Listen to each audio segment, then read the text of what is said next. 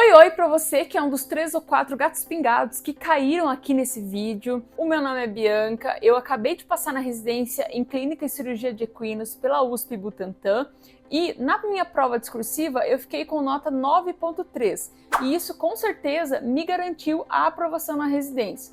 Isso porque na USP, conforme a fórmula que vocês vão ver aqui na tela, a prova discursiva tem peso 2, ou seja, ela vale o dobro da prova objetiva. Ou seja, se você atingir o número mínimo de questões que te permita passar para a segunda fase, ou seja, ter a sua prova discursiva corrigida, e na prova discursiva você obter uma nota muito alta, isso te faz passar na residência. Então, se você tiver um número mínimo de acertos na objetiva, mas tiver um notão na discursiva, você passou. E é por isso que eu resolvi fazer um vídeo especialmente sobre isso. E aqui eu quero tentar te ajudar a acertar o tema da sua prova discursiva, a acertar quais questões a banca vai fazer sobre esse tema, a acertar as respostas que a banca quer e a estruturar essas respostas. E no fim, eu ainda vou te falar o erro que eu cometi na minha prova discursiva para que você não cometa o mesmo erro. Eu recomendo que você comece a estudar para a sua prova discursiva na reta final dos seus estudos. Eu fiz isso um mês antes da prova. Isso porque a maior parte do seu tempo tem que ser gasto com o conteúdo da prova objetiva, porque são muitas matérias, a quantidade de conteúdo é muito maior. Além disso, é importante que você tenha todo o conteúdo geral da medicina veterinária bem consolidado na sua cabeça, para que você consiga raciocinar de uma forma muito lógica no momento de, principalmente, identificar qual tema é que pode cair na sua prova discursiva.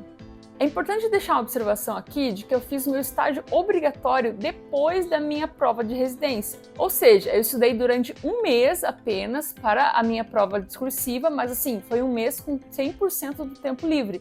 Então eu estudei muito. É por isso que eu comentei aí em outro vídeo que você precisa ser estratégico aí na hora de se organizar com relação ao estágio obrigatório, ao TCC, para ter mais tempo aí para se dedicar aos estudos finais aí antes da sua prova. A primeira coisa que você deve fazer é baixar as provas anteriores e procurar nelas um padrão estatístico, isso mesmo. Isso vai ser importante para você estabelecer esses padrões como critério na hora de pensar sobre quais temas podem ou não vir a cair na sua prova. E eu vou te dar um exemplo muito prático. No caso de clínica e cirurgia de equinos, grande parte das doenças acometiam tanto equinos quanto bovinos. Veja, esse é um padrão. Elas também normalmente tinham resolução cirúrgica ou era recomendado o uso de endoscopia. Esse também é um padrão. E, além disso, eram doenças muito comuns, seja na rotina ou eram doenças de muita importância naquele sistema. Vou dar alguns exemplos. Em equinos já caiu tétano, veja, é uma doença que acomete tanto bovinos quanto equinos, esse é um padrão. E no sistema nervoso central é uma das principais doenças que a gente estuda, certo? Outro tema que caiu na prova foi sinusite, veja, o padrão. Sinusite acomete tanto bovinos quanto equinos, é uma das principais doenças do sistema respiratório superior e ainda tem resolução cirúrgica. Então veja que existe realmente um padrão e isso é muito importante na hora de você pensar ali quais doenças que podem ou não cair na sua prova. E eu sei que em pequenos animais isso também é uma realidade. Normalmente são doenças muito frequentes, são as doenças mais comuns de cada sistema, são doenças que têm uma resolução cirúrgica. Então existe ali também um padrão. Eu não cheguei a ver as provas de pequenos animais para afirmar nada, né? Não tenho nenhum tipo de pretensão de fazer isso, mas eu sei que existe esse padrão, então é importante que você fique atento. Agora que você identificou já um padrão nas provas anteriores, você vai sentar a bunda e vai revisar todo aquele conteúdo da sua área. Então, se você vai fazer a prova para clínica e cirurgia de equinos, você vai revisar clínica e cirurgia de equinos, todos os seus flashcards, todos os seus resumos, agora já tendo em mente aquele padrão das provas anteriores. E à medida que você vai fazendo essa revisão do conteúdo por sistemas, tendo aqueles padrões em mente, você vai elencando quais são os possíveis temas que podem cair na sua prova. No meu caso, eu fui elencando os principais temas que poderiam cair e deram 20 temas. Isso na minha cabeça era uma lista que eu fiz de temas ali que eu tinha que estudar melhor para a minha prova discursiva. Agora você vai elencar esses temas de acordo com o que você acha que tem mais probabilidade de cair e o que tem menos probabilidade de cair. E aí você vai estudar esse conteúdo em ordem. Como eu falei, você vai estar ali na reta final de estudos, então ali um mês antes da prova, ou enfim, de acordo com o seu planejamento, mas principalmente estando na reta final de estudos, você vai controlando ali o seu tempo. Então, se você não tiver tempo de estudar o último tema, é porque esse é o tema que você acha que é menos provável de cair na sua prova. Então, você vai seguir essa lógica. Bom, até aqui você já estudou esses assuntos, esses temas, essas doenças, através dos seus resumos gerais aí. Mas, para que você garanta uma nota muito alta na sua prova discursiva, você tem que dar uma resposta baseada no livro. E qual livro? O livro que está lá no seu edital. No caso de clínica e cirurgia de equinos e também de ruminantes, os livros são muito caros, não estão disponíveis geralmente, pelo menos na UFPR, não estavam disponíveis na biblioteca e, além disso, são em inglês. Então, o que eu recomendo para você é aquele PDFzinho, né? De repente aí, se você encontrar, eles existem. Eu não sabia que existiam, inclusive, eu estava estudando por outros meios no começo, então fica aí uma dica, mas tem um amigo incrível, concurseiro, que conseguiu aí encontrar esses PDFs na internet, e isso me ajudou muito, na verdade foi fundamental para que eu conseguisse ter uma nota alta. Então, frisando, você vai estudar para discursiva pelo livro. Essa era, de longe, a minha principal dúvida quando eu estava fazendo exatamente o que você está fazendo agora, que é pesquisar sobre a prova discursiva. Por quê? Porque na minha cabeça eu tinha respostas às perguntas em forma de lista, porque eu sempre estudei assim. Então, os meus flashcards, qual é o tratamento? O tratamento é isso. Então, eu tinha uma lista feita na minha cabeça. Aí, quando eu ia responder as questões discursivas, eu ficava assim, travado. O que eu faço? Então, eu vou te falar aqui exatamente o passo a passo de uma resposta discursiva. Então, essa resposta tem que ter começo, ela tem que ter meio e ela tem que ter fim.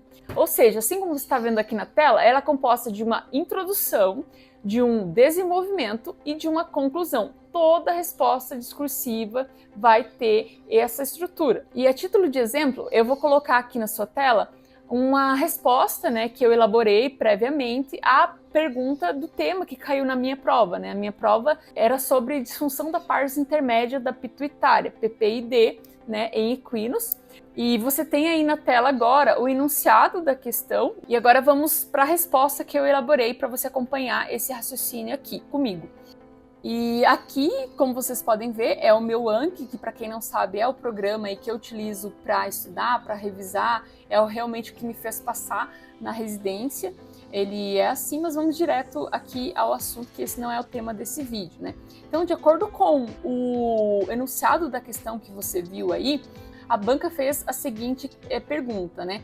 Qual é a sua principal suspeita? E pedindo também para justificar a sua resposta, né?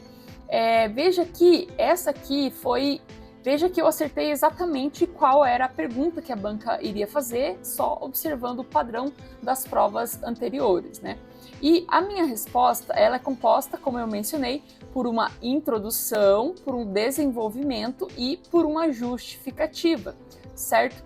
E na introdução, eu falo de forma muito direta. A principal suspeita diagnóstica é de disfunção da pars intermédia da pituitária. E isso é muito importante, a banca normalmente gosta disso, que você seja direto. E na sequência, ainda na minha introdução, eu menciono o que é que eu sei sobre essa doença, a definição dessa doença. Então aí, essa patologia é um distúrbio comum em cavalos mais velhos, frequentemente referido como doença de Cushing equina. Contudo, em equídeos, os adenomas de hipófise surgem da pars intermédia da glândula pituitária, resultando em secreções excessivas e autônomas de peptídeos derivados da POMC, incluindo o ACTH. Ponto. Essa aqui é uma boa introdução, porque eu vou direto ao assunto e depois menciono o que eu sei, qual é a definição dessa doença, né? E aí, já no parágrafo de desenvolvimento, eu utilizo também como justificativa, né? Que é o que a pergunta pede. E então eu relaciono aqui os sinais clínicos, as características dessa doença com aquilo que está mencionado no edital, né? E aqui eu até cito outros sinais clínicos que eu sei que são característicos dessa doença, mas que não estão ali no enunciado. E isso eu acredito que seja algo importante, relevante e que agregue aí pontos para você que está respondendo a pergunta. E além disso, também eu faço uma conclusão, né? Então lá, portanto, e lembrando que essa conclusão aqui é a conclusão padrão para todas as minhas outras, para todos os meus outros temas, né? Portanto, o paciente apresenta uma combinação de histórico e sinais clínicos consistentes com o quadro de doença. No caso aqui, disfunção da parte intermédia da pituitária, porque geralmente a resposta a essa pergunta em específico tem aí que ter essa estrutura. Então aqui é só um exemplo. Eu não sei, talvez eu coloque aqui na descrição, enfim, outros exemplos de como é que você elabora aí a sua questão, sua resposta, né, à questão discursiva. Bom, e o meu método de estudo para a prova discursiva, como você viu aí no quadro anterior, era sim através do Anki, era sim através da elaboração de flashcards. Mas agora, é claro, de acordo com a doença, de acordo com o tema, eu sabia que existia um padrão de perguntas, então eu já fazia essas mesmas perguntas no Anki e já respondia de acordo com o livro, certo? Ou seja, já fazendo essas perguntas de forma muito direcionada. No caso de grandes animais, geralmente as questões eram principalmente qual é a sua suspeita diagnóstica e para justificar a pergunta, também perguntavam quais eram os exames complementares que você solicitaria e ainda tinha uma terceira pergunta falando sobre o tratamento. Esse é o padrão, vamos dizer assim, de grandes animais. É claro que existiam outras questões que envolviam, por exemplo, a descrição da técnica cirúrgica necessária, o protocolo anestésico que você faria, quais seriam as recomendações no pós-cirúrgico que você daria, enfim, esse tipo de questão era mais raro, mas acontece, claro, de acordo com a doença.